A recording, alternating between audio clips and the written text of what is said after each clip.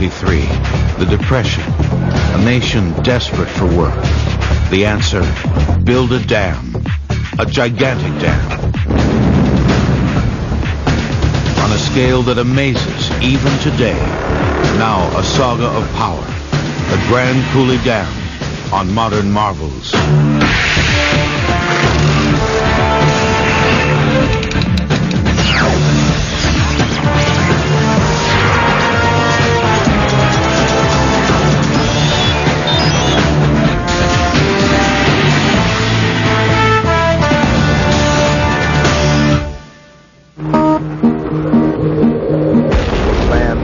Challenge in the year of 33 for the farmers and the workers and for all humanity. Now, river, you can ramble where the sun sets in the sea, but while you're rambling, river, you can do some work for me. Roll, Columbia, won't you roll, roll, roll? Roll, Columbia, won't you roll, roll, roll? In 1941, folk singer Woody Guthrie sang the praises of the Grand Coulee Dam.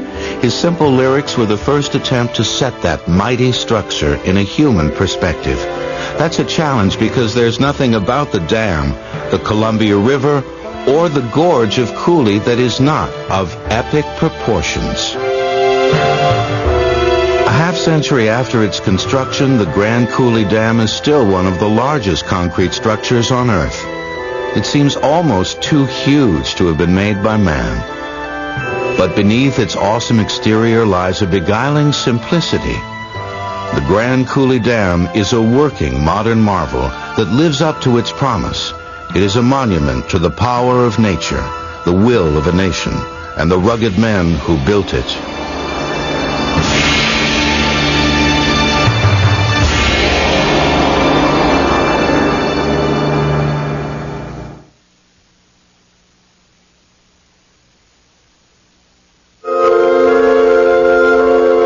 The Columbia River begins as melting snow from desolate mountain peaks in the Pacific Northwest.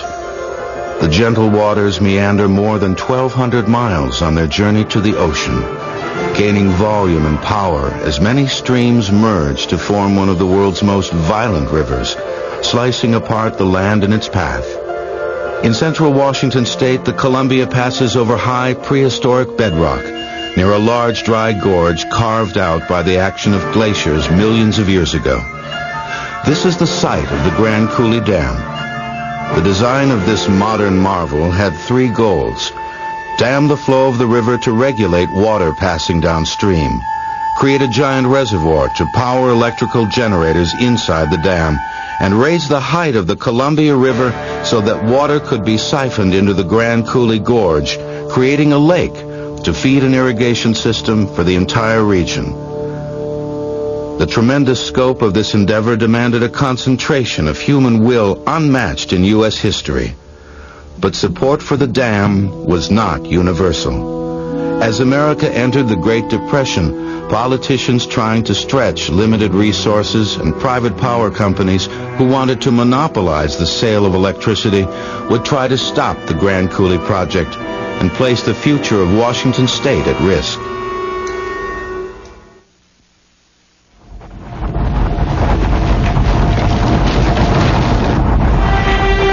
America's Pacific Northwest has always been a volatile area, prone to geological calamity.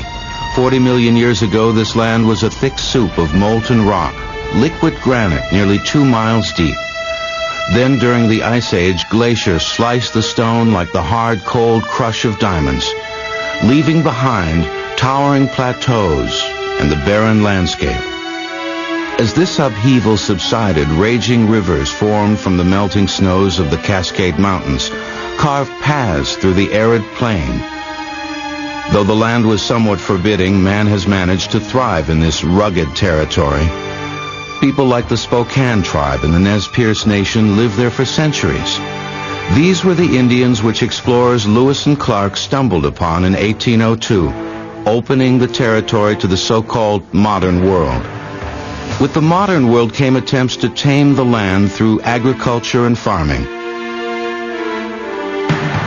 The dust of ancient stone giants proved to be fertile soil, but it needed water to blossom. Unfortunately, the turbulent streams and rivers were uncontrollable. Sometimes there was too much water. Most times, not enough. The greatest tyrant of all, the Columbia, was like an irrational child, petulant and prone to tantrums, careening across the land with an astounding 110,000 cubic feet of water every second. At the turn of the century, farming was a tough life that was to get even tougher. A creeping continental drought in the 20s and 30s turned Washington state into a dust bowl. The area was enveloped by sandstorms so enormous they could be seen approaching for more than 17 miles. Thousands of farm animals died of thirst.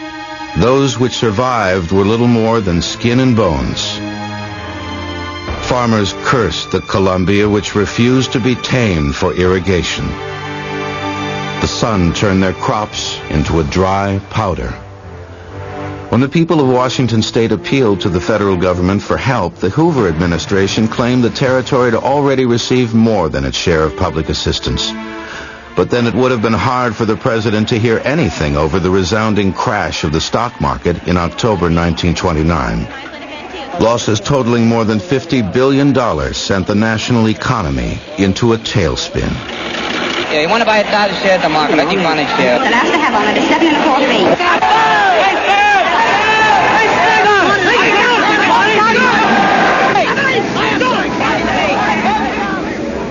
By 1933, the American economy had hit rock bottom. The country was in chaos. On the heels of the carefree Roaring '20s, 12 million men found themselves out of work, their families torn apart as they looked for handouts, selling whatever they could, taking any job no matter what the pay. Women and children stood for hours on food lines, desperate for a meal. A cup of soup, a crust of bread. Hundreds of thousands of teenagers became aimless drifters, begging and stealing to survive a harsh day-to-day existence. In 1932, thousands of World War I veterans marched on Washington demanding their bonus pay for combat service. And they were promptly turned away, and federal troops set their cardboard shacks ablaze. Our group are loyal to the flag, loyal to the Constitution, loyal to the country, and loyal to the veterans. In cities across the country, the National Guard was put on alert in anticipation of violent civil unrest. Farm prices plummeted. Corn, which had been sold for 60 cents a bushel, was now 3 cents. Foreclosures swept across the land like a plague. At the height of the Depression, more than 1,000 families a day were evicted from their farms. Sharecroppers lined the highways with no place to go, huddled in makeshift shelters called Hoovervilles, a cynical reference to President Hoover, who had promised the American people a chicken in every pot, 2 cars in every garage. Families who had given their lives to the land were suspended in a world without hope. My wife and I are forced out on the farm because we hadn't getting no day labor to do. We're only getting 6 bits and $1 a day, and we can't make an honest, decent living at it. And that's the reason we're out here on Highway 61 right today. Back in the Northwest, hordes of migrant farmers descended on the territory, lured by the prospect of working on the Grand Coulee Dam. Many were turned away. It's a mighty hard road that our poor hand has pulled, and our poor feet has traveled a hot, dusty road.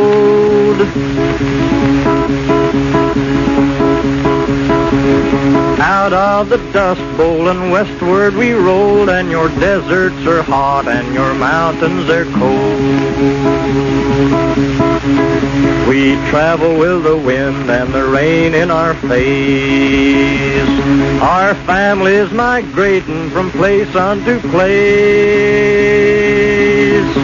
We work in your beet fields till sundown tonight, travel 300 miles before the morning gets light. Arizona, California, we'll make all your crops.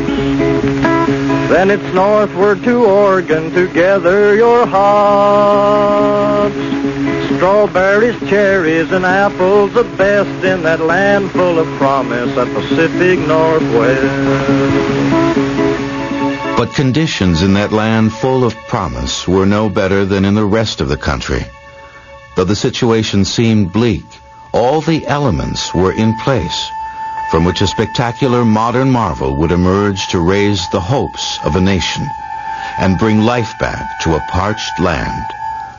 There were the river, the men, and the need. All that was needed was a catalyst, a man who would declare war on the Depression and offer America a new deal.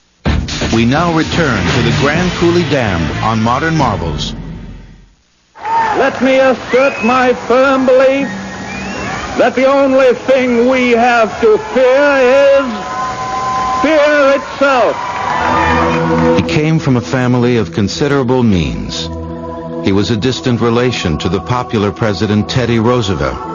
Yet in 1921, when Franklin Delano Roosevelt was struck down by polio at the age of 29, it looked as though his political career was over.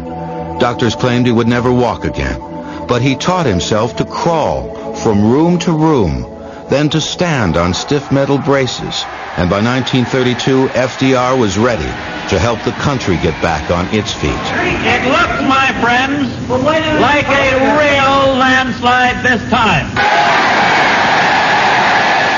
When Roosevelt's presidential campaign carried 46 of the 48 states, it was a national call to arms. FDR was change, the most significant change of all, a new attitude and a new hope. Keep that faith constant. Keep that faith high. Calling a special session of Congress, Roosevelt got right to work. Agricultural and industrial projects were introduced to prime the pump of the economy. Hungry teenagers were given the opportunity to earn room and board in public work camps run by General Douglas MacArthur. And disheartened workers were given a fresh start in government-sponsored construction projects. This was an era when America's infrastructure would be built to support the nation into the next century. Behind the banner of the National Recovery Act and its symbol of a blue eagle, the American people rallied.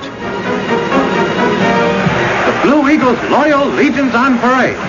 Soldier and sailor, millionaire and office boy, society matron and shop girl, elbow to elbow in the NRA Army.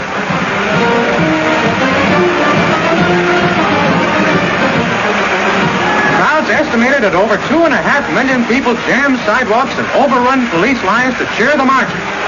It's a hard day's work for the cops, but they don't mind. It's in a great cause.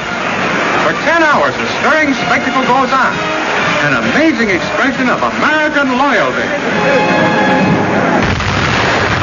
Though some members of Congress wondered whether Roosevelt's massive water control project in the Tennessee Valley was guided by a capitalist philosophy or a socialist hand, Roosevelt insisted his efforts were neither fish nor fowl, but would taste mighty good to the American people. Steelworkers of the Smoky City thinks that the NRA is 100% fine. I think the NRA is good thing. If we get 6-hour day, $1 per hour or more, I think this will put more men back to work again.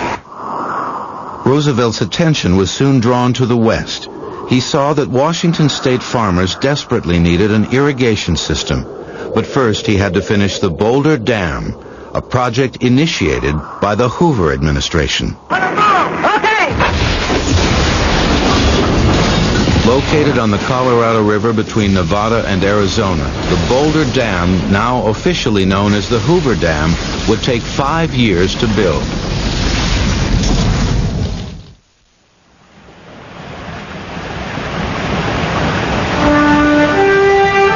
The design of a dam is based on the layout of the site. Broad riverbeds with soft banks often require a gravity-type dam, in which the sheer weight of the structure keeps it in place against the force of the water behind it. In narrow canyon areas, an arch dam is more efficient, using its curved shape to transfer the weight of the water to the rock walls that support it. Boulder Dam is based on this concept. Although different in design from the Grand Coulee Dam, Boulder Dam shares many of the same construction challenges. For this reason, the Boulder Dam project was, in a sense, a testing ground for the technical problems to be faced at Grand Coulee. The people that came here that really built the dam were, many of them were from Boulder Dam. And so the experience they had gained there was very useful. Like the mighty Columbia, the Colorado River is also a great untamed giant, prone to violent flooding. Lives and land needed a dam to control the water.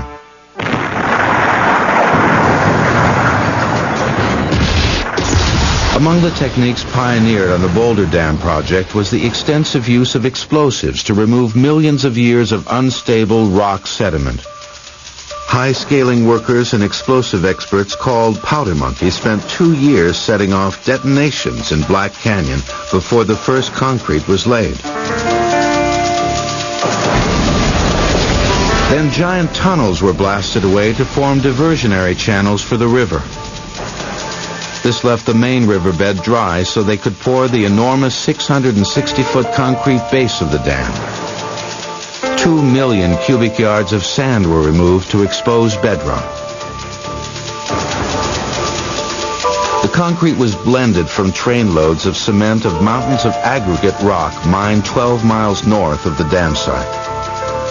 To keep concrete flowing to the forms, 2 giant mixing facilities were built, one upstream and one downstream of the dam. Delivering the final mix to the forms was an acrobatic feat. 9 aerial tramways would fly 16-ton loads right over the workers' heads. By remote control, operators would place the buckets at specific locations. The process involved hundreds of thousands of deliveries.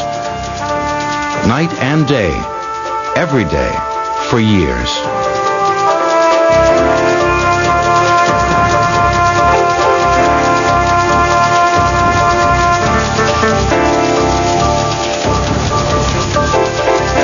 The pipes used to direct the river through the giant turbines of the electrical generators were up to 30 feet in diameter, large enough to drive a train through. Steel plates from the East Coast were shipped to a special fabrication plant at the dam site, where it was rolled into arcs. The plates were 2 3/4 inches thick and required 3,000 tons of pressure to produce the proper curvature. 3 plates equaled a ring. 3 rings equaled a section. Each section weighed 184 tons. Eventually, 3 miles of this pipe were installed inside the solid rock of the canyon walls to channel water through the turbines of Boulder Dam's generators. All this work required thousands of workers.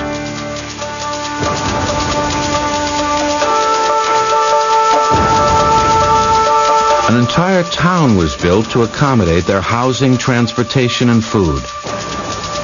Commissaries designed to feed 1,500 men at a single sitting gave many of them something they hadn't enjoyed since the Depression began, a hot meal.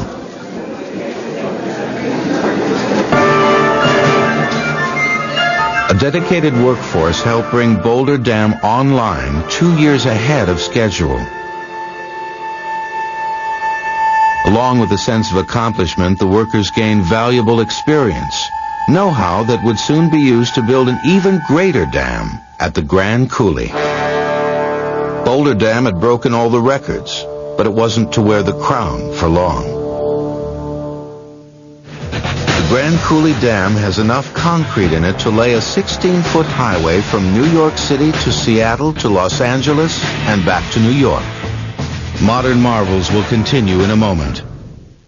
In the name of the people of the United States, to whom you, Boulder Dam, are a symbol of greater things in the future, and in the honored presence of guests from many nations, I call you to life.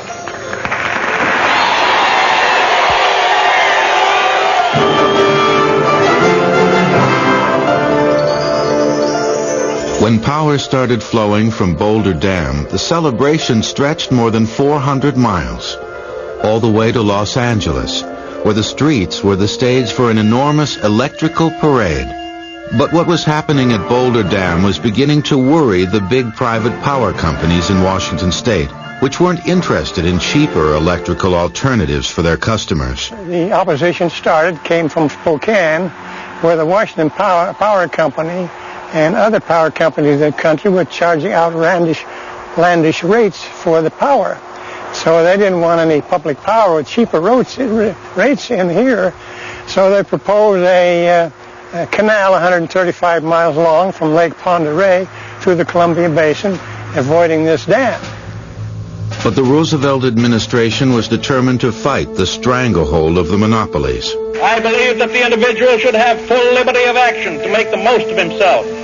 But I do not believe that in the name of that sacred word, a few powerful interests should be permitted to make industrial cannon fodder of the lives of half the population of the United States. Through emotional public service films, the government mounted a campaign to educate people about the benefits of owning their own power systems.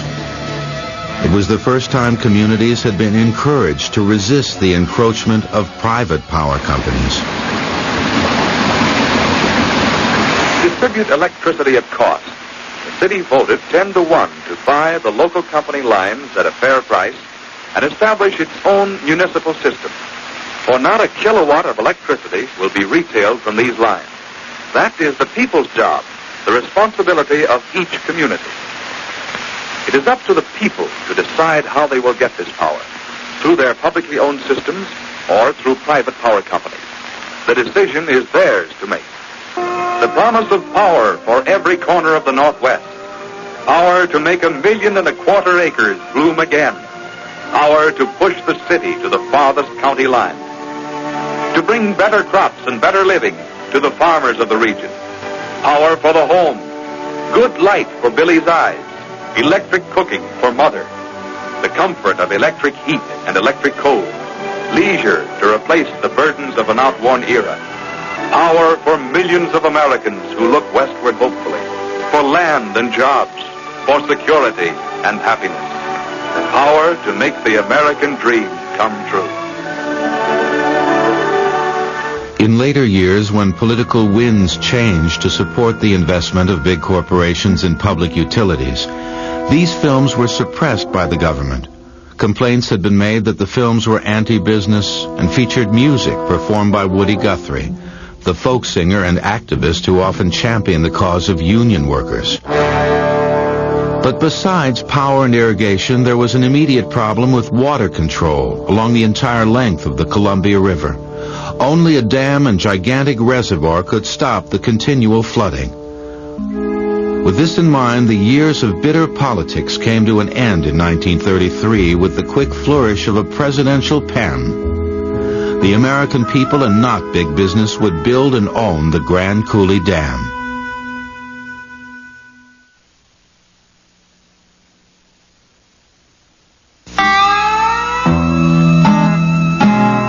On September 9, 1933, work began on the Grand Coulee Dam. Land was surveyed. 10 communities were eliminated to make room for the backwash of the blocked Columbia River. 700 graves of Native Americans were unearthed and relocated. And then the real construction started.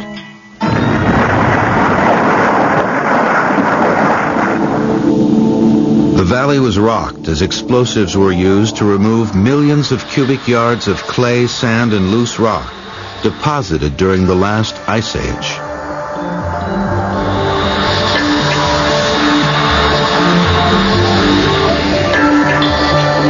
Then the river was diverted to expose the bedrock which would support the massive weight of the structure. The world's largest coffer dams, temporary barriers that enclosed 60-acre areas, allowed preparation of the river bed while water rushed past at nearly 1 million gallons a second, only inches from the workers. There was a lot of hand labor, cleaning up the rock foundation, taking off the 4 or 5 feet of good rock, and it had to be as clean as the kitchen floor. Meanwhile, more than 10 million cubic yards of sand and gravel were excavated from a nearby pit, screened, washed, and piled on the east side of the river. By remote control, mixing plant operators determined the amount and size of the gravel carried by the conveyors, a rubber railroad more than a mile long, which carried the gravel to stockpiles near the dam site at a rate of 40 carloads an hour.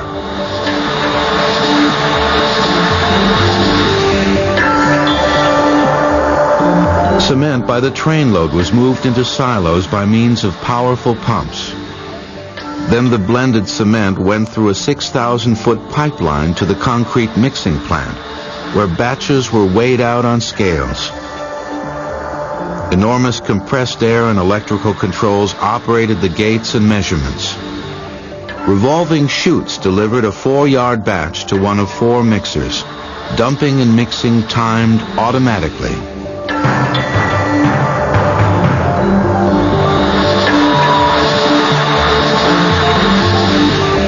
Four-yard buckets, 4 to a flat car, were carried by diesel-electric locomotives to huge long-armed cranes on a high trestle spanning the dam site.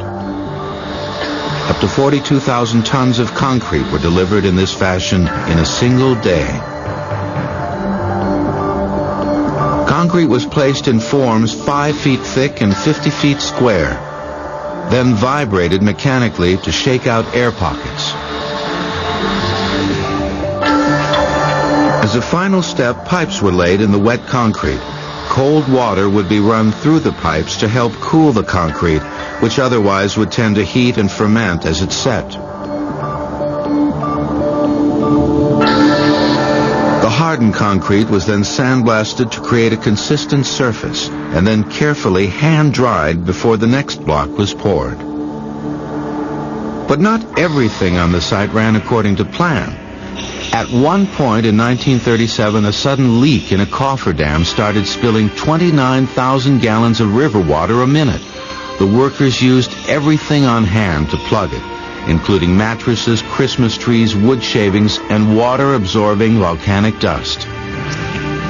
Well, there's problems because the clay, the material here on the foundation over the rock is a highly indurated clay, very tough until it's disturbed. It slides, and you've seen some evidence of slides around the country here. When the ancient clay on one hillside threatened to slide into a construction area, it was frozen in place with refrigerated pipes for half a year until the workers could finish pouring cement. And in effect, they froze an arch dam of ice about 12 feet wide, 40 feet vertical, and 120 feet long. It was dangerous work which claimed the lives of 77 men, most from falling off the structure as it rose as high as a 50-story building. One construction company, Kaiser, opened a field hospital to care for injured workers, for these were largely inexperienced workers risking their lives to feed their families. Kaiser also instituted group medical coverage for its crews. This was the first time workers had ever been guaranteed coverage by contract. This innovative healthcare program became a model for other companies and governments around the world.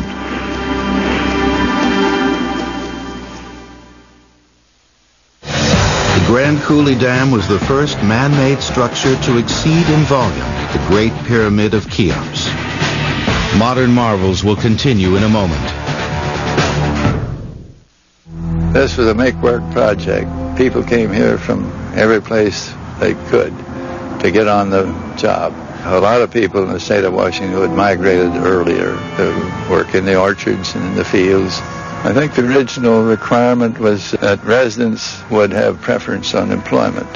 Well, there weren't many dam builders here. None. A lot of men from off-state came here and went to work. Many of them under aliases. Using false IDs to slip past work residency requirements meant that many of the men who built the Grand Coulee Dam will forever remain anonymous. But during the construction, these rugged individuals created an equally rugged community, a company town run in the untamed tradition of the Wild West. Payday was Friday, and they also didn't have their wives with them here. Now, that doesn't mean they were morally corrupt, but that's the way it was. Everybody was out of a job. Everybody came here as broke, and so they went up to B Street, and that's what the honky-tonk part of town was. It was a western town, and there were a lot of beer parlors. Above the beer parlors were the girls to entertain them. It was extremely hot in those flat roof places where the girls were above the beer parlors.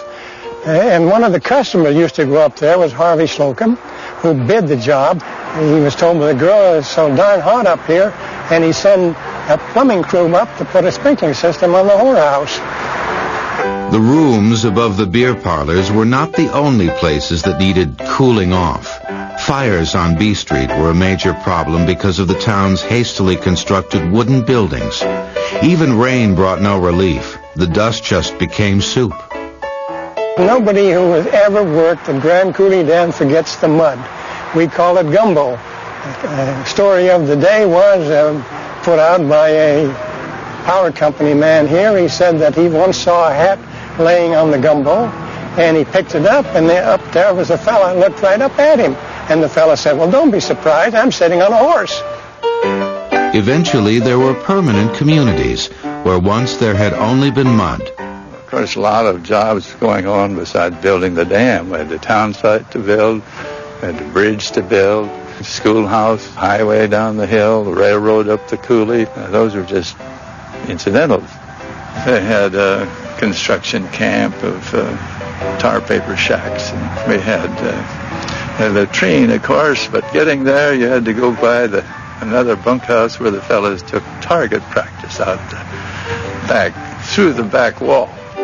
Desperate for diversion, the men devised their own unique entertainments, like throwing a couple of desert tarantulas into a glass jar for an impromptu spider fight.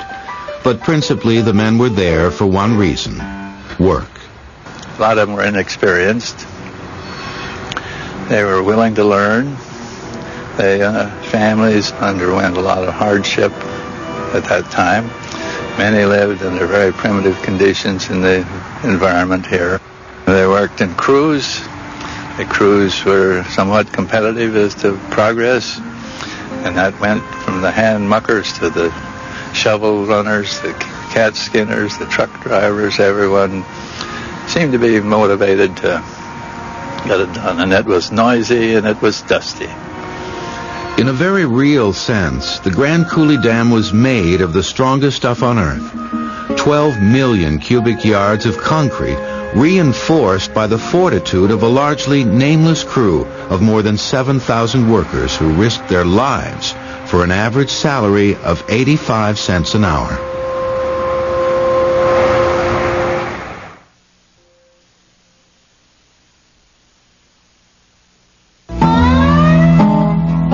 It took 8 years of grueling, non-stop work.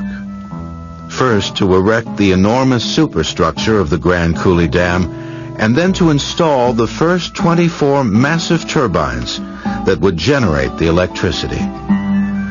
Over the decades, 6 more generators would be added, while throughout the Washington farmland, more than 250 miles of canal were prepared to distribute irrigation water from the dam's mighty pumps. As the work continued, the dam became a popular tourist attraction, drawing 1,000 visitors a day. Grandstands were built to give the public a safe but spectacular view. VIPs could get an even closer look by riding on top of the structure. Some newspaper men like Hugh Blanc actually went inside the project. They needed to do some work inside of the tunnel because they needed to spread cable through it. But there was a leak in the concrete form, so it filled part of the cable way up. So in order to get working men in there, slide them in there on the gliding platform, they had to put a cable through. This was the huge Grand Coulee Dam project in the state of Washington. And Evelyn's specialty was crawling through dirt-clogged drainage pipes with a string tied around her neck. The string served as a lead line tied to a steel cable strong enough to pull a workman through on a sled, cleaning the offending dirt out ahead of him. We had put a man at the far end, and then he'd get behind, hold it until the camera crew could get on the other side. And then with so many lights, why, the cat wasn't going to come out. It was too noisy, too flashy. So I kept saying, so-and-so. Finally I said, Charlie, my friend, bark like a dog, bark like a dog. I said, damn it, bark like a dog. And he did, and it came right out. Some might say a small dog could do the job. Well, that's true, except that dogs are always the heroes. Cats seldom get the opportunity. And we think it highly commendable that dog's best friend gave a cat a chance to lead him out of the darkness on what was then one of the biggest dam projects in the world. Despite early claims that the project was just a white elephant, the public gradually came to view the dam as an object of beauty. In 1941, as the mammoth facility prepared to go online, plans were made for a grand opening ceremony. 1 gallon of water for each of 48 states was poured over the dam in the spirit of national unity. Arizona, still fuming over a water rights dispute, only sent a half a gallon, claiming California had stolen the other half. Native Americans blessed the dam's opening day, while inside workers and engineers anxiously watched the first spin of the mighty turbines. All the work, all the money, all the promises and dreams of the future converged at this moment. When Washington's Governor Arthur Langley gave the signal, the flick of the switch started the pumping operation. Suddenly, more than 21,000 cubic feet of water per second came pouring through the pipes into the canal that feeds the Grand Coulee. The resulting man-made lake changed the shape of the territory forever. Likewise, 6.5 million kilowatts was soon coursing through cables, and this new source of power would give rise to new industries: aluminum manufacturing, aircraft construction, later nuclear research. So the power of the Columbia truly became America's strong right arm. Lifelines of liberty, taking 1 million horsepower out of the river canyon. 2,500 miles of shining circuits.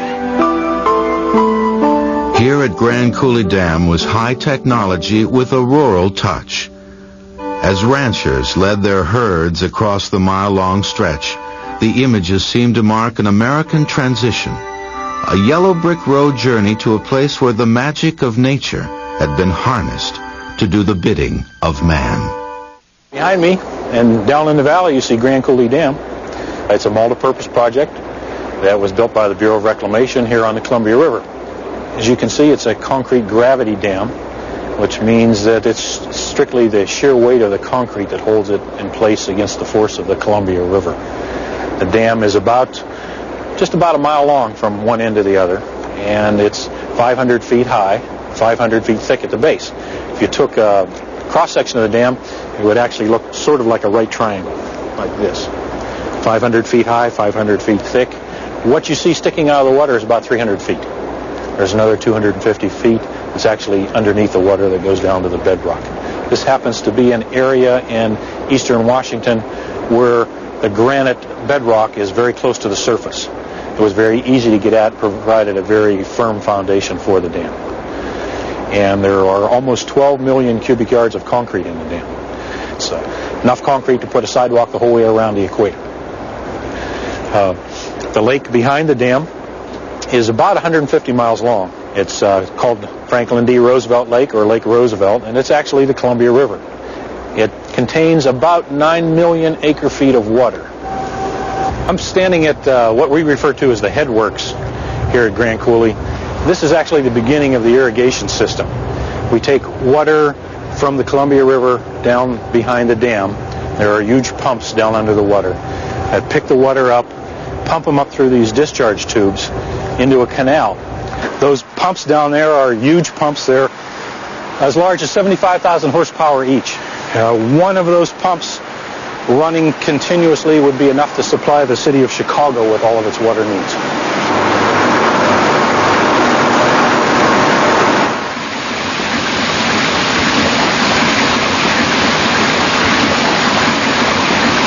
The canal comes from the dam, carries water from the pumps for about 1.5 miles, and then right down here it empties out into Banks Lake. Banks Lake is the irrigation holding reservoir for the Columbia Basin Project, and it sits inside the Grand Coulee. The word coulee is actually French, and it's a geological term that means a canyon that's been carved out by glacial and water action that is dry. It does not have water flowing through it, and that's what we have here. We have this huge canyon that is sitting high and dry, 300 feet above the lake. So it runs from this canyon wall here to the far canyon wall over here. It's about 60 miles long. What we've done is just gone into the Grand Coulee and put in 2 small earthen dams about 30 miles apart, and we use that to hold the irrigation water that we pump up from the Columbia River. Today, more than 500,000 acres of farmland, bigger than several small states, are irrigated by the Columbia Basin Project. The dam generates more than 19 billion kilowatt hours of electricity, supplying communities as far south as the Mexican border. But the dam itself is more than a chunk of concrete. Grand Coulee isn't a solid chunk of concrete, even though it's almost 12 million cubic yards. There are corridors like this, about 14 miles of corridors that go back and forth through the dam. Some of them are inspection tunnels, some of them actually have equipment in it, valves and pumps and other pieces of equipment that we use. But they're not all finished like this. There is a mysterious world inside the dam, an eerie, lonely labyrinth that leads through the heart of the giant.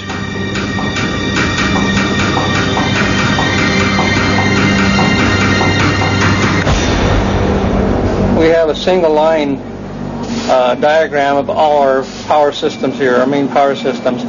We have a 115,000 volt switch yard, a 230,000 volt switch yard, and a 500,000 volt switch yard.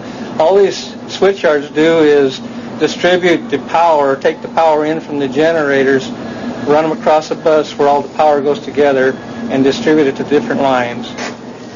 In the master control room, the engineers operate the flow of power with keyboard strokes. We keep track of the river flows continually. Everything has to be watched and corrected, adjusted. We regulate. We stop generators. Just everything virtually can be done from here. Now, we still have operators out there on stations doing jobs. We do need operators because the computer system doesn't work that well alone. It has to have people working with it. Since 1980, the dam has been primarily operated by computers, which constantly check and recheck the structure's integrity. That portion of the dam which is underwater is checked by a special maintenance submarine, which sends video back to the engineers on the surface.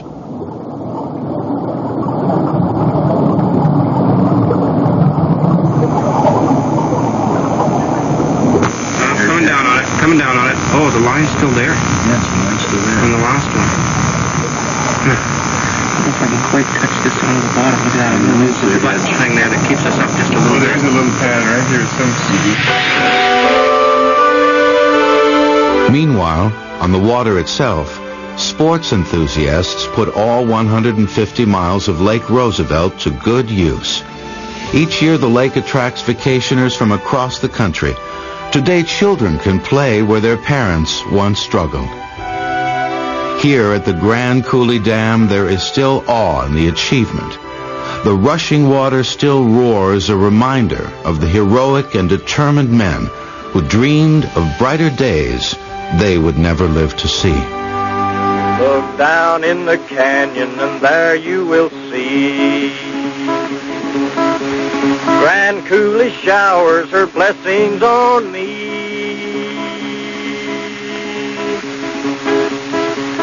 My land I'll defend with my life if it be, 'cause my pastures of plenty must always be free. The History Channel proudly offers the program you're watching on home video for only $19.95 plus shipping and handling. To order, call 1-800-708-1776 or shop online at historychannel.com. Fred Hagen is searching for his great uncle in a jungle graveyard of crashed warplanes. I had absolutely no clue what I was getting into. But nothing's going to stop him from solving the mystery of the remarkable man who flew off into combat 60 years ago and was never seen again. B-25 Down, Hunt for a Hero. Tonight at 8 on the History Channel.